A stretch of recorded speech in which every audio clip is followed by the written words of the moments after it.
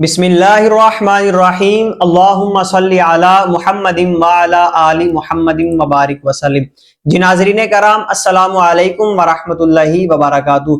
آج ایک بہت ہی اہم مسئلہ ہے کہ جو اکثر لوگوں کو نہیں پتا ہوتا۔ مسئلہ یہ ہے کہ اگر کوئی نماز عید پڑھنے آتا ہے اور ایک رکعت گزر جاتی ہے، یعنی وہ دوسری رکعت میں شامل ہوتا ہے، تو اب وہ اپنی بقیہ نماز کیسے ادا کرے اور جو زائد تکبیرات پڑھی جاتی ہیں وہ کیسے پڑھے۔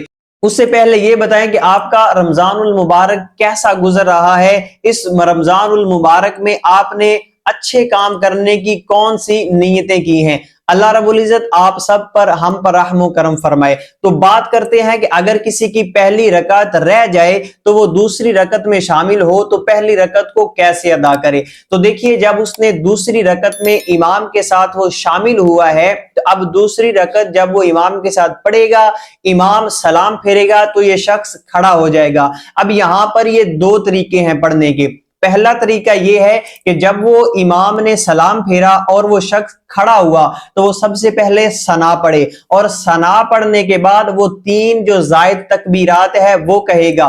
کس طرح؟ جب اس نے ثنا پڑھی کہ سبحانک اللہم وبحمدک وتبارک اسمک وتعالی جدک ولا الہ غیرک، اب اس کے بعد وہ تین تکبیرات کہے گا، یعنی اللہ اکبر اس طرح کہہ کر وہ ہاتھوں کو چھوڑ دے گا، پھر دوسری تکبیر اللہ اکبر کہہ کر ہاتھوں کو چھوڑ دے گا۔ آپ نے مکمل کانوں تک ہاتھ اٹھانے ہیں، یہ صرف میں سمجھانے کے لیے اشارتاً ایسے ہاتھ اٹھا رہا ہوں۔ اور جب آپ نے تیسری تکبیر کرنی ہے کہ اللہ اکبر، پھر ہاتھوں کو باندھ لینا ہے۔ اس کے بعد آپ نے تعوذ تسمیہ پڑھ کر سورہ فاتحہ پڑھنی ہے اور سورہ اخلاص پڑھیں، یا اس کے علاوہ کوئی اور سورت پڑھے ہیں تو اس کے بعد آپ نے تشہد پڑھ کر، درود شریف پڑھ کر اور دعا پڑھ کر سلام پھیر دینا ہے۔ ایک تو تھا یہ طریقہ۔